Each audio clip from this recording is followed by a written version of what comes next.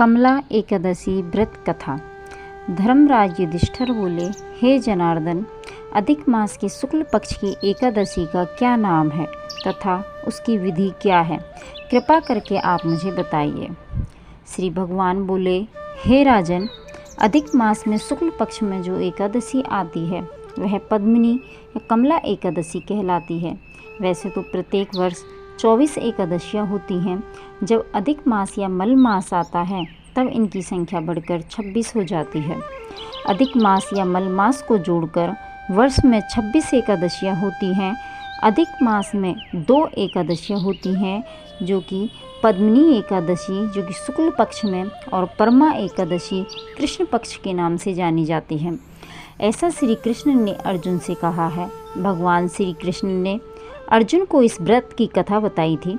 भगवान कृष्ण बोले, मल मास में अनेक पुण्य को देने वाली एकादशी का नाम पद्मिनी है। इसका व्रत करने पर मनुष्य कीर्ति प्राप्त करके वैकुंठ को जाता है, जो मनुष्यों के लिए भी दुर्लभ है।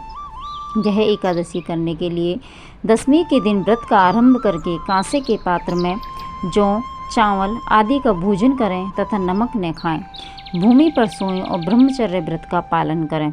एकादशी के दिन ब्रह्म मुहूर्त में शौच आदि से निवृत्त होकर दंत धावन करें और जल के 12 कुल्ले करके शुद्ध हो जाएं। सूर्योदय होने के पूर्व उत्तम तीर्थ में स्नान करने जाएं।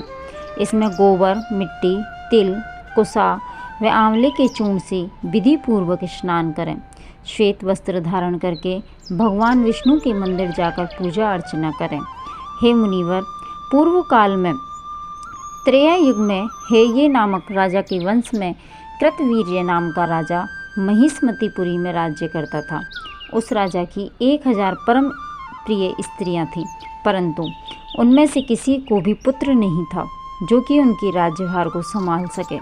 देवता, पितृ, सिद्ध तथा अनेक चिकित्सकों आदि से राजा ने पुत्र प्राप्ति के लिए काफ़ी प्रयत्न किए, लेकिन सब असफल रहे। तब राजा ने तपस्या करने का निश्चय किया।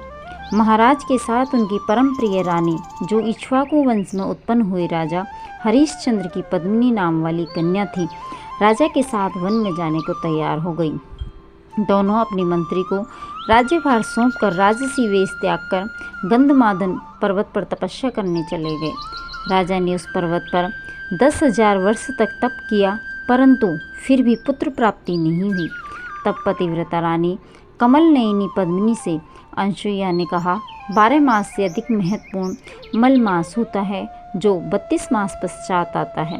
उसमें द्वादशी युक्त पद्मिनी शुक्ल पक्ष की एकादशी का जागरण समेत व्रत करने से तुम्हारी सारी मनोकामना पूर्ण होगी। इस व्रत के करने से भगवान तुम पर प्रसन्न होकर तुम्हें शीघ्र ही पुत्र देंगे।